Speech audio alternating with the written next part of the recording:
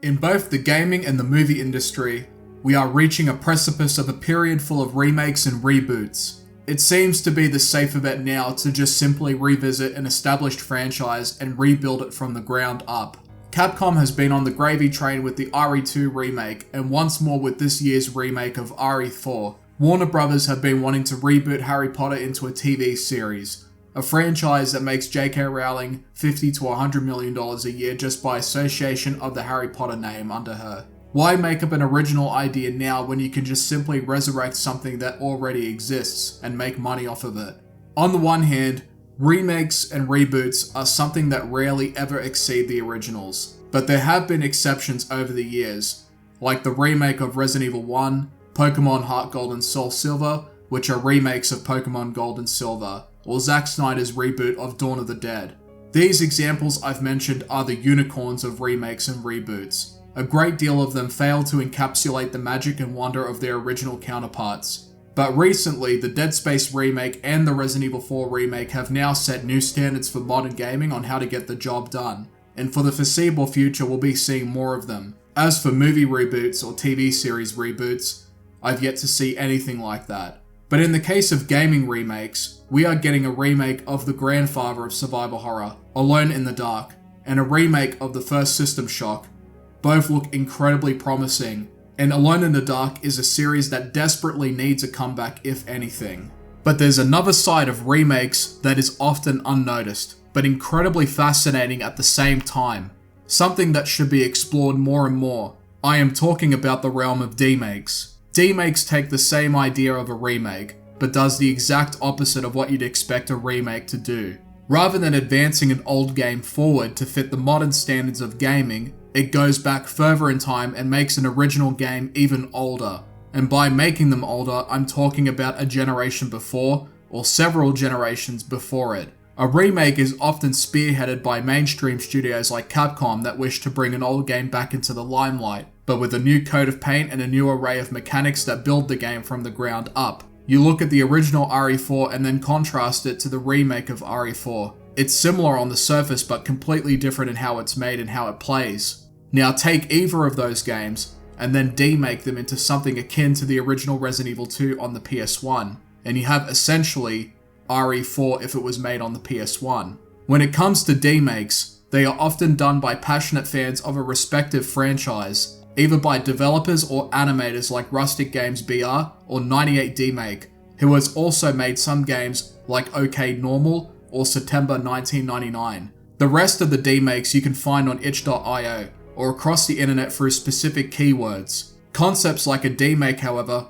can generally only be appreciated by certain people that fulfill certain criterias. Those that have an interest in older generations of gaming, a nostalgic connection to the past, or those that don't mind the retro feel and look of gaming in general. Now, in regards to what console or platform you want to base your demake on, there's no real rule of thumb here. If you have the skills, the talent and knowledge of the console or platform, you can demake your project of interest into either a PS1 demake or something that you would see on the ZX Spectrum, the NES, or even the Atari 2600 of all consoles. But recent trends in the indie horror scene as well as indie games in general have seen an influx of games with PS1 style graphics. The lo-fi fidelity of those graphics tend to let you get away with ignoring a lot of details, and is somewhat easier to make in comparison to making a photorealistic game on the Unreal Engine. These demakes for the most part reflect an earlier time in gaming when the tech was only just getting better, and each generation saw huge differences in both the gameplay and the graphics, not to mention new avenues in design philosophy and game genres and subgenres that would revolutionize gaming in the long run. Think of demakes as a reimagining of what we have now, but if it was made back 20 or 30 years ago. I find these demakes way more interesting than the modern remakes we have today, because it is essentially a recreation of the early generations of consoles that we grew up with, except we are seeing modern games remade into those same consoles. Imagine a different universe where something like The Last of Us or Horizon Zero Dawn was released on the PS1, turning on your small TV with the PS1 that provided so many memories for a lot of us, and experiencing the modern games but in an older fashion. Demakes not only recreate games, they recreate memories too, even change them.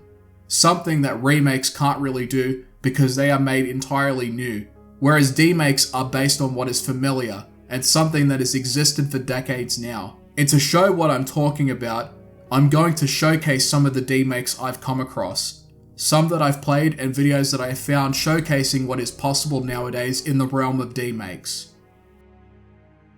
Back in 1992, the first Alone in the Dark game was released. It was one of the earliest 3D survival horror games to ever come to life, and this was before Resident Evil coined the term survival horror.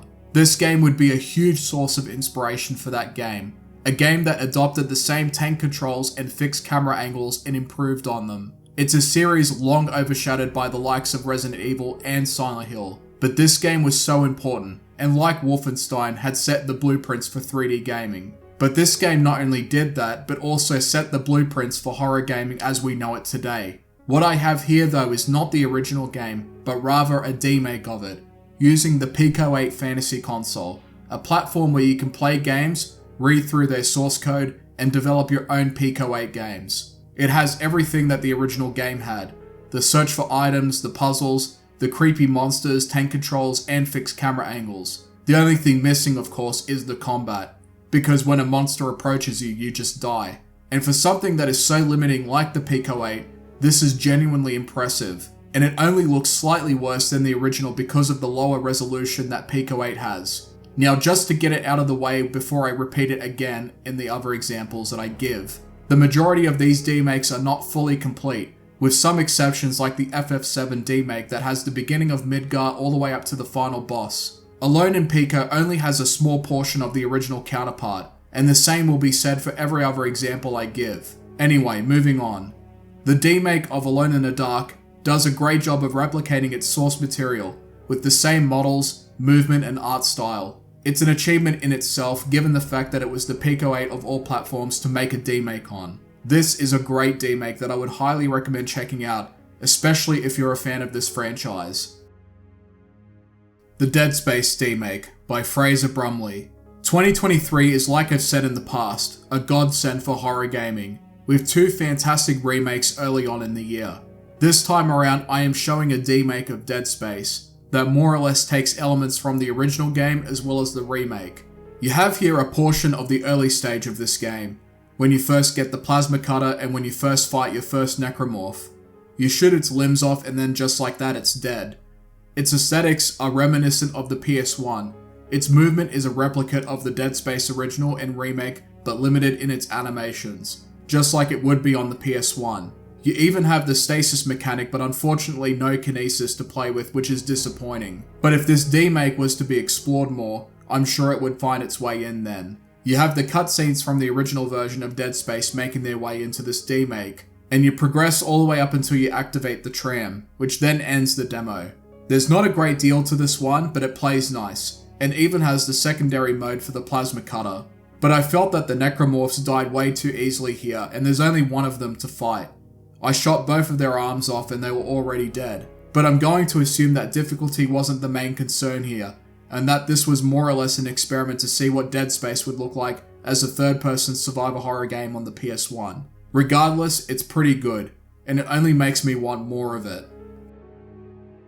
The Demakes by Rustic Games BR. Now this one, unfortunately, is not a playable game, but rather an animation done by Rustic Games BR, who used a combination of Blender, Photoshop, Unity, and Cascadeur to bring these demake concepts to life. And the channel has several of these, which most of them are also unplayable unfortunately. But this one in particular looked pretty amazing, and felt pretty accurate to what it would have looked like if it was made around the same time as the original RE trilogy. It takes the portion of when you first encounter Jack Baker and when you show up in your first save room, pre-rendering the same backgrounds, which is incredibly accurate and shows how much thought and detail was put into this project. Resident Evil 7 was an amazing comeback for the series, and to see a demake in this fashion made me wish that a version of this game existed. The same menu system, tank controls, and fixed camera angles were brought over from the original RE games to fit into this demake of RE7, which honestly suits this game really. The only tragedy here is, like I said, being unable to play it because technically it's not actually a game, but an animation being played out to mimic classic Resident Evil style gameplay, but in the setting of Resident Evil 7.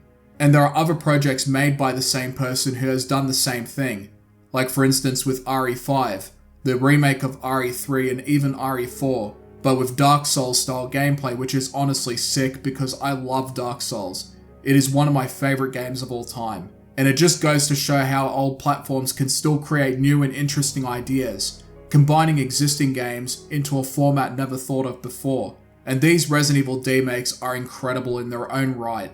The classic format of Resident Evil still remains popular, where resource management, challenging puzzles, and enemies are still enjoyed by millions. Games like Resident Evil 6 was the peak of the action-packed formula that basically culminated in the dark age of the series. And seeing it with the Demake treatment here is a window into the RE6 that could have been, should they decide to remake the game and rewrite the history of RE6, making it into more of a survivor horror action game, like with the Resident Evil 4 remake. There are two other projects here made by the same person that I was also impressed with, the remakes of The Last of Us and Dark Souls. The Last of Us was a game that I fell in love with back when it first came out, and it saddens me that the PC port has been a dumpster fire.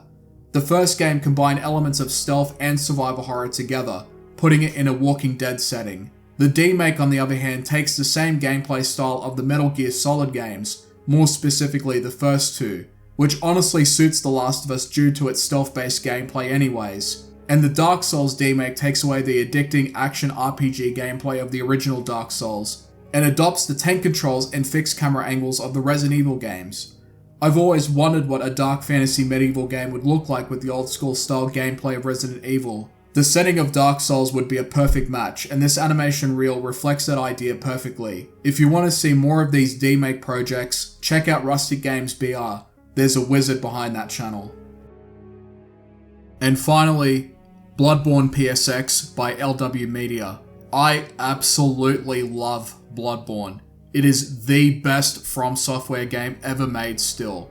It has the best boss fights, atmosphere, flow of Souls-like combat in the entire franchise. It also has the coolest setting too, with its Victorian era period and eldritch horror storyline, blending into a beautiful mix that hasn't been topped since. The only con that I can think of Bloodborne is that there still hasn't been a PC port to this very day, and it's an absolute travesty that this masterpiece has not gotten the PC treatment, even though we've been begging them for years to do it. The closest that we have to encapsulating that experience is in the guise of Bloodborne PSX, a demake of this majestic game. In any event, let's see what this has to offer. Well, you have the beginning part of where you're in Esophagus Clinic, you make your character and you fight your first werewolf. Now this is the part where you usually die, but if you got good then you can just do this.